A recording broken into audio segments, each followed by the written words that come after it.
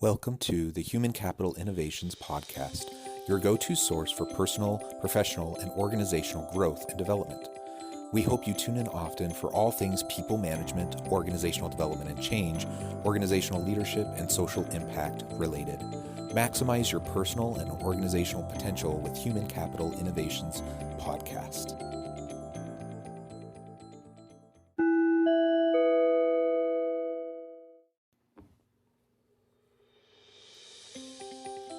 Welcome to the Human Capital Innovations Podcast. In this HCI podcast episode, I talk with Robertson about the human vector, employee productivity, and company success.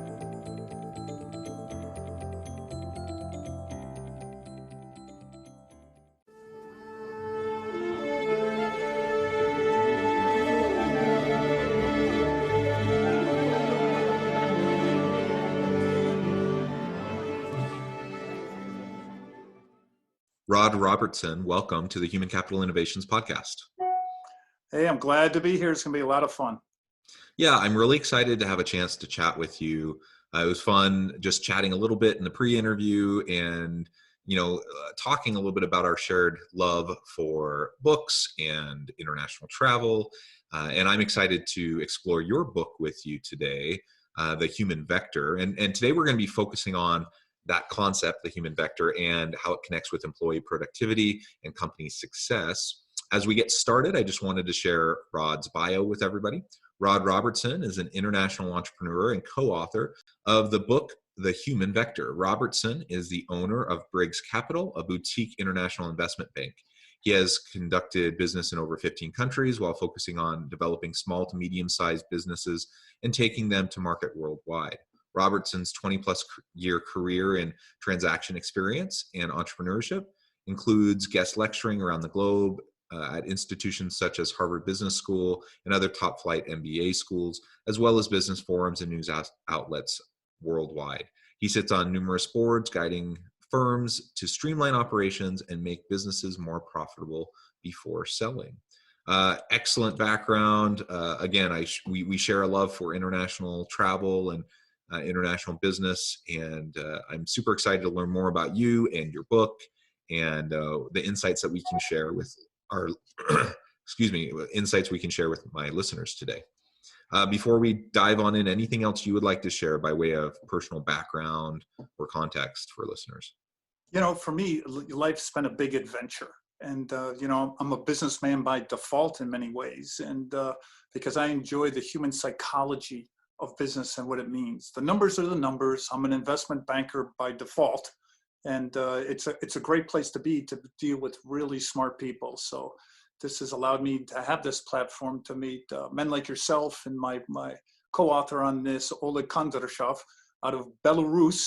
And, life's just been great. And I'm looking forward to sharing my thoughts and insights that I've gathered over all the years and how it's all come funnel down into the human vector. Excellent. Thank you. Well, let's start there with what you mean by the human vector. How would you define that or explain that to a novice, someone who comes across your book for the first time? Sure. Oleg, the young guy, they call him the Bill Gates, or I call him the Bill Gates of Belarus, the small country that's attached to Russia where they do a lot of technology. He is an amazing young guy, sort of like Dr. Spock on Star Trek. Physicist, PhD, all those good things, young age, started 15, 20 companies, big incubator, government speaker, just quite a guy. And I met him and we kept walking and talking. And, part of my life has been in developing and bringing companies to grow rapidly or to downsize rapidly before a transaction. And it's to me, tracking the money and profitability is everything. So the human vector really interested me as he explained it to me. Basically, it's the characteristics of the thought leadership of a founder of an organization like Oleg. And what he does is he has certain thoughts of how he wants to run his business. Some guys run them raggedy. Other people are, scientific. Other people do. Every entrepreneur runs his business differently. But Oleg has developed a methodology that's proven out in Eastern Europe, now in Europe, and now we're deploying it in the United States with over 2,000 business coaches. So it has strong merit. It's been proven in the marketplace.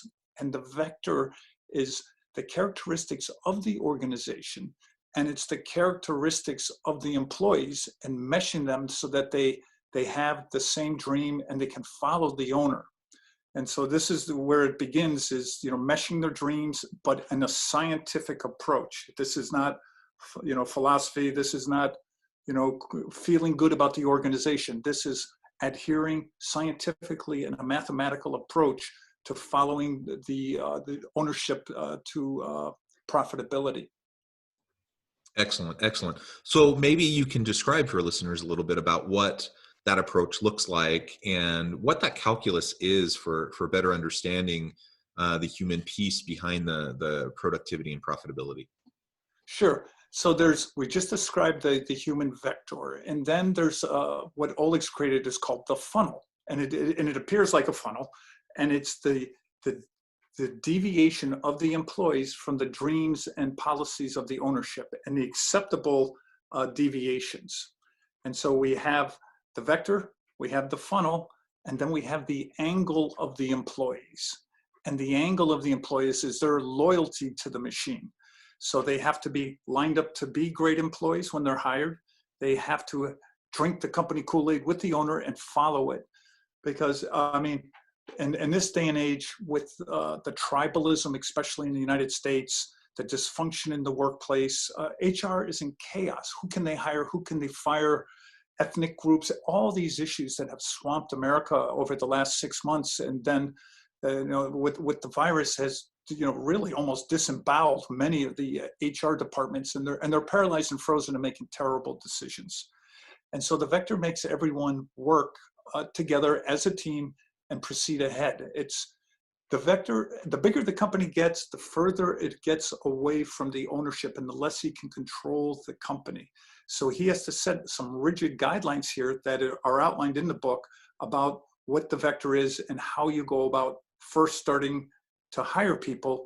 And then, John, for instance, with 36% of the people working at home, these people are out of sight, out of mind. I mean, Bill Gates said, I think 2 days ago, that 40% of the airline travel is going to be down 40% for business forever. There's half the people that are going to be working at home, and then the other big chunk of people are going to be swing at work. And how do you control the people that are off site? I mean, the vector is one that helps qualify and that helps track and monitor employees' activities in a fashion that is not onerous, but it weeds out the people that are in disharmony with the machine. Yeah, well, and what I hear you talking to is what I would term value congruence within an organization. And so, as an organizational leader, I want people on my team that connect with and are consistent with the organizational values. And I want that for the organization so that we can be successful, we can be productive, we don't have people pulling us in different directions. Mm-hmm. But I want it for my people, because they're not going to be fulfilled or happy doing work in an organization where they aren't a good fit, where they don't buy into the mission and the strategy and the stated values and culture of the leadership. And so I think it's really important on both sides to really tap into this shared sense of value and purpose, and to the extent possible, attract and retain people that match that, and then promote that way as well. And you're right, I think a lot of organizations don't do that particularly well. They really struggle in trying to identify what are the key characteristics, the knowledge, skills, abilities, and capabilities of A players that are going to be a good fit with the team. It's a really hard thing, and organizations struggle with it. So you're suggesting that you have an approach that can help kind of clean up that mess and streamline the process. So I guess my question is, how did you guys figure it out and get it right when a lot of other organizations are really struggling with it? It was on an international basis. It was a fun project in the beginning, but we all know about Six Sigma, lean management, all these fairly staid and domestic programs of lean management. And so the book, however, and the methodology has taken on really a strong, and the reason why we're getting such great traction with it is because of the pandemic. It has just brought chaos to the world. And, like in China, everyone has the same DNA. They all think alike, work alike, and they follow the machine. Even in Norway, the people are all from the same pool, and they think in America, we have what they call 11 tribes, and everyone's doing their own thing, and it's a rodeo. And so, with the pandemic thrown on top of the rodeo, there has just been chaos. And so there has to be a strong systematic approach that are going in. Companies are, this year, I'm lucky enough to sit on a lot of boards from banks to law schools to everything. And everyone has been very giving and caring to the employees. This is coming to an end at the end of this year. Everyone's got the free government money. Everyone's had their unemployment. It's all, waning now. And the start of next year is going to be a totally different program. There's going to be big cuts, and they're only going to keep the best and the brightest and the most motivated employees. And they only want to hire the correct people. And it's going to be tougher to get a job because it's going to be, a lot of it interviewing online and all those things. So they're going to weed out the chaff, the people that are sitting at home and stretching and doing yoga at noon, whereas before they were getting pounded by the boss at lunchtime, where's your productivity? I mean, productivity is slipping on the 50% of the people that are absent from the workplace right now. And this is only going to continue. But in the first quarter, all across the country, there's going to be big cuts from these people. And these people are going to have to wake up or get involved in the vector of their company and pursue the right course of action to keep their job and be productive.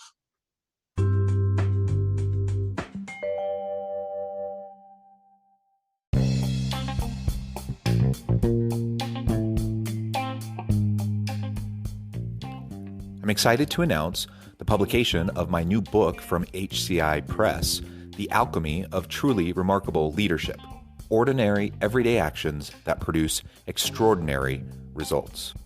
Consider how the nature of work has shifted over the past 50 years. With increased globalization, rapid technological advancement, and the shift in economic composition, the average job of today looks very different than the average job of 50 years ago. What will the jobs and organizations of tomorrow look like? Moreover, what does this all mean for organizational leaders? What are the core competencies and capabilities of organizations and their leadership that are prepared for continued disruption and geopolitical and socioeconomic shifts? Regardless of what the future holds, increasingly, leaders need to be socially minded, data-driven, decisive, champions of talent, and disruptors of the traditional notions of leadership, teams, organizations, and work. The Alchemy of Truly Remarkable Leadership will help you to explore your own leadership competencies and capabilities and consider ways to apply and implement them into your workplace and personal life. I'm excited to share my insights with you.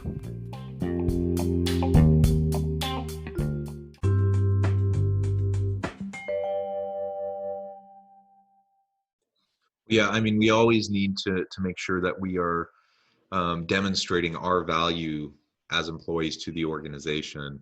And there's a lot of different ways to do that, but one surefire way to start to erode on at least the perceived value that you bring is disconnect with the trajectory, the strategy, the vision, and the mission of the organization, right?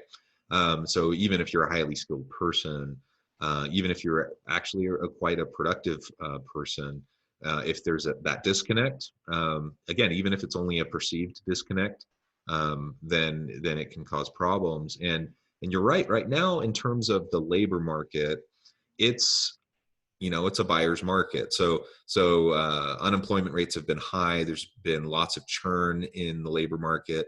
Lots of people who have lost jobs or have gone into furlough or for whatever reason are underemployed. There's a lot of people available, which is actually a really great opportunity for organizations to right size and to find there's a greater pool of potential talent available now than there was prior to the pandemic, when our unemployment rate was so low that it was really hard to find highly talented, capable people, and you'd have to steal them from other organizations. So there's more possibilities now in terms of the talent pool and what organizations can tap into if they know what they want, what they're looking for. They have a way to measure what they're looking for so they can make good decisions and get the right people in. It'll be really interesting to see how things play out in the coming months, because you're right, the government in the U.S., the government assistance programs, are running their course and running out. Now it's possible there'll be a new wave of legislation that could bring additional assistance, but as of yet that hasn't materialized. So we'll see. We'll just have to see how that plays out. I was just reading this morning because it's my world of investment banking.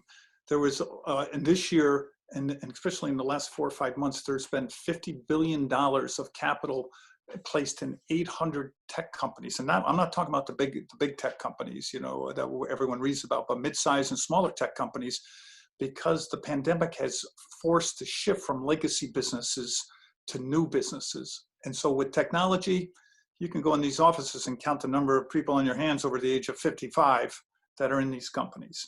So, what happens to the people over 55 years old that are caught up in this post-pandemic shakeout? They're more expensive. You can get the young Turk in there, the 26-year-old who's going to chew him up with technology, that older guy. And the older fellow's going to cost you 2 or 3 times, and he's not going to, what these young bucks are, and he's not going to be working as hard. So it's a very wake-up call for anyone that is not tech-driven to get on board with technology in every possible way you can and to recreate yourself, because this is an excuse for organizations to go through and just cut the more expensive people and bring in the younger people. For the young people, this is, they're going to be able to make quantum leaps ahead in business. And they're that traditional thing of moving to one level, then the next, to the next, to the next in an organization. They're going to be able to jump 10 years in seniority in 2 to 3 years, because there's going to be a vacuum created upstairs, and the pivot to technology is allowing all these young people to fill this vacuum that's been created. Well, and that's an interesting point, because we've been going in that direction for quite a while with the demographics of the labor force. There's we've been on the precipice of this huge cohort of workers leaving the workforce and leaving a bit of a vacuum, and creating opportunity for millennials and Gen Z workers. And so, as organizations have been trying to prepare for that for the last decade and a half, what the pandemic has done is it simply accelerated that process. And it, to your point, it is going to be difficult. Now, of course, age discrimination is a thing, and it's a protected class, and organizations can't do anything blatantly discriminatory. But the reality is that it's going to be a hard situation for a lot of older workers, especially if they haven't kept up their skills and continue to learn and grow, so they can stay sharp and fresh and really bring those capabilities into the workforce. Now, of course, there's nothing necessarily keeping older workers from having done that, but to your point, there are going to be more older workers that haven't kept up with it, and so that's going to be a challenge. That vacuum was starting to happen already. This is accelerating us towards that reality, and just the other nature of the other aspect of this pandemic shift is the reliance, because of social distancing and lockdowns and virtual work, this shift towards technology. So even more than it would have if things have played out naturally, this emphasis on technology and being able to leverage it. And so the digital natives of the millennial and Gen Z generations, they're going to be coming into this workforce cheaper, as you said, with a lot of these skills that are necessary and in some cases quite new. that older generations of workers may not have. And they're going to be in a pretty good situation. But the challenge for organizations isn't going to be just, finding the good talent with the right skills, and managing the labor costs in terms of these age cohorts, but it's also going to be figuring out what are they going to do if they do have all of these older generations of workers starting to leave the workforce. What are they going to do in terms of the institutional knowledge sharing? And they're, even though they may not have the technical skills, they have a lot of relevant experience, both in terms of the structures of the organization, the industry, the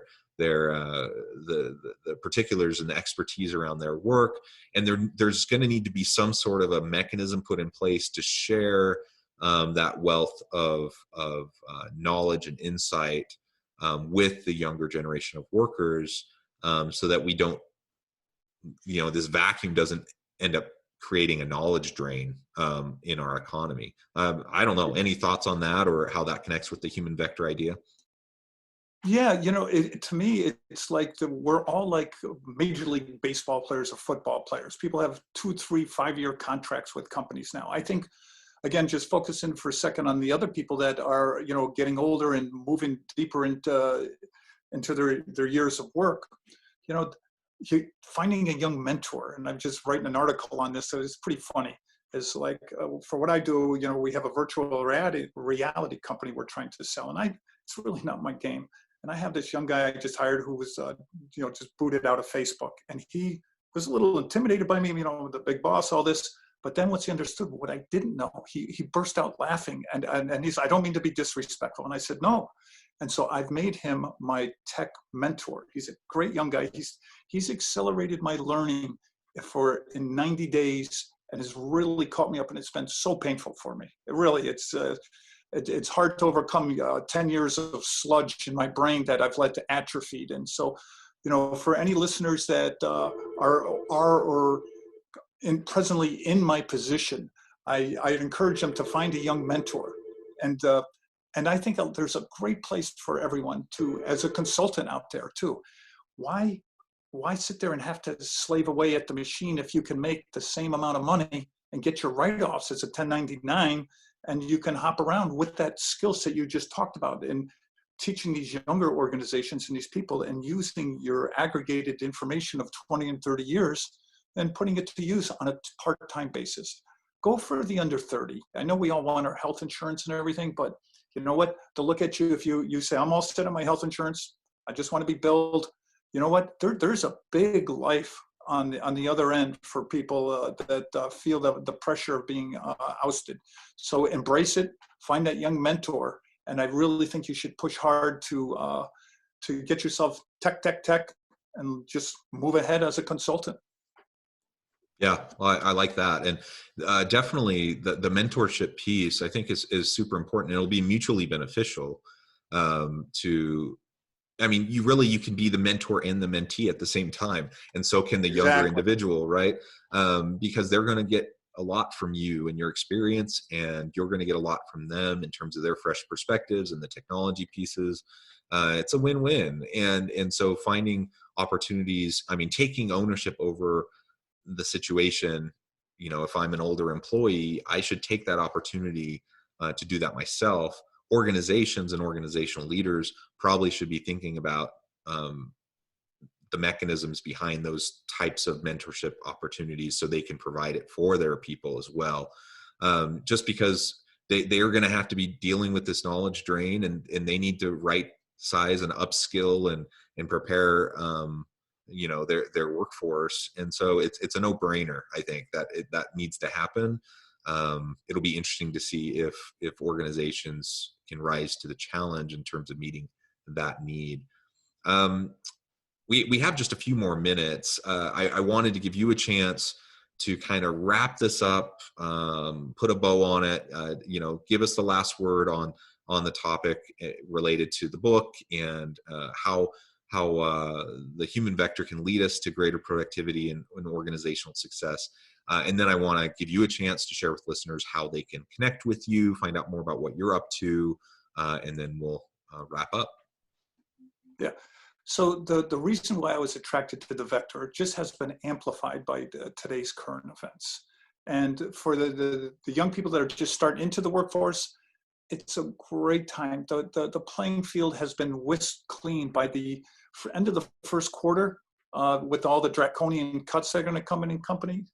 The young people just have a clear playing field now to join and use their technology to move ahead and become part of a reset on their organizations. So I think they should be very happy with this. And for the middle management, the people in the mid part of the career, they're right in the belly of the beast. They're fine as long as they in our book, we call them gravitators. They have everyone, upper management gravitate to them, the younger peoples. And then my favorite people, which I was one, of course, is the disintegrator, the people, the disruptor, the people that go in there. The book is really, really good. I mean, when you read a book, what are you looking for in a book? Especially a business book. You want 4 or 5 things to stick with you. The rest just, you look at it and it goes on the shelf. And frankly, to me, most business books are very boring. But the vector, I'm telling you, it's got 5 or 6 things in there. The disintegrator, the integrator, the funnel. I mean, he's laid it out and it all makes sense. And these coachings and these, we're having all these coaches that are going to be out there teaching it nationwide. So it'll be a lot of fun. It's timely. And I hope your podcast people give a crack at the book. It's The Human Vector. And I think it's going to be great. And I'm happy to be here. And it's been fun. And I could talk with you endlessly about all these things because they're so exciting. To me, next year is going to be a great year.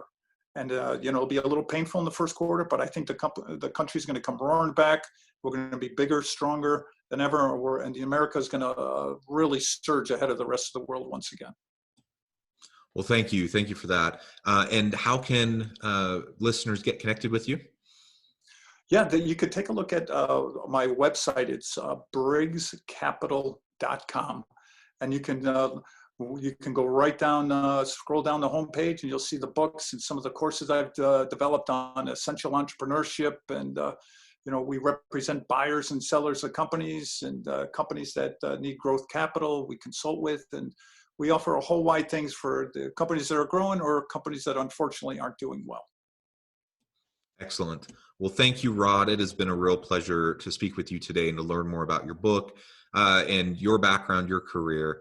The time has flown by. But as we wrap things up, I just want to, again, thank you and encourage listeners to reach out to Rod, get connected, check out the book. And as always, I hope everyone can stay healthy and safe, that you can find meaning and purpose at work each and every day. And I hope you all have a great week.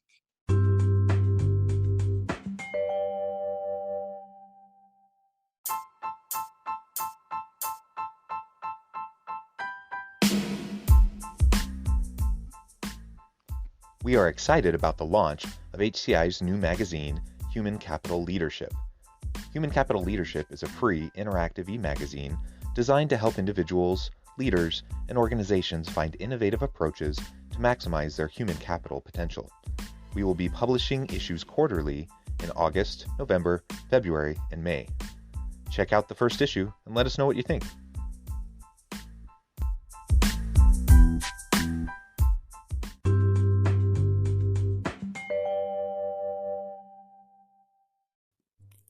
Thanks again for joining us for this episode of the Human Capital Innovations Podcast. I hope you stay healthy and safe and that you have a great week.